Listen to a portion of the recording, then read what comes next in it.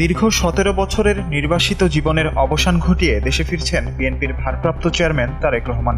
দলীয় প্রধানের স্বদেশ প্রত্যাবর্তন উপলক্ষে বিশাল গণজামায়াতের প্রস্তুতি নিচ্ছে বিএনপি। এদিকে তারেক রহমানের আগমন ঘিরে রাজধানী জুড়ে নেওয়া হয়েছে কঠোর নিরাপত্তা।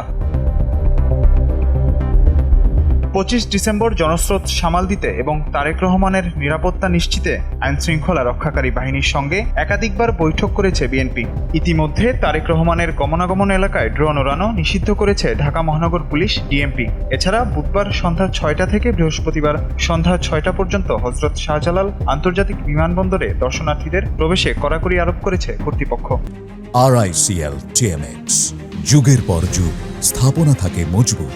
বিএনপি চেয়ারপারসন ও সাবেক প্রধানমন্ত্রী বেগম খালেদা জিয়াকে অতি গুরুত্বপূর্ণ ব্যক্তি ঘোষণা করে স্পেশাল সিকিউরিটি ফোর্স SSF এর মাধ্যমে নিরাপত্তা দেওয়া হচ্ছে। সরকার জানিয়েছে, সাবেক এই প্রধানমন্ত্রীর জন্যই SSF এর নিরাপত্তা, পরিবারের অন্য সদস্যদের জন্য নয়। আর তারেক রহমানের প্রধান নিরাপত্তা কর্মকর্তা অবসরপ্রাপ্ত ব্রিগেডিয়ার শামসুল ইসলাম জানিয়েছেন, SSF এর নিরাপত্তা চাননি বিএনপির ভারপ্রাপ্ত চেয়ারম্যান।